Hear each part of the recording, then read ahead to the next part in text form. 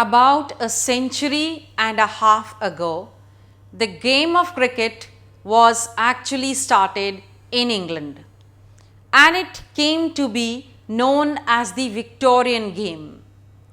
And the boys of England were expected to be Victorian boys, that is disciplined and also strong and masculine. And it was believed that cricket would instill all these values in the English boys. Well, about the few personalities that I would like to tell you before I start with the chapter are Dennis Lillee.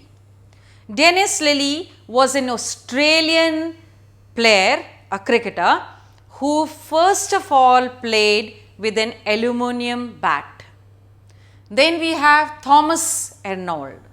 Thomas Arnold was the famous headmaster of rugby school, and he is also known as the founder of the modern public school systems.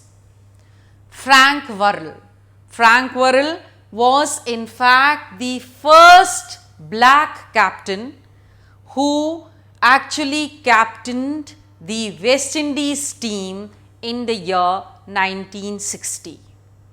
Next is Palwalkar Billu. Palwalkar Billu was a person who was born in Pune, a great cricketer and a great slow bowler of his time. Palwalkar Vittal.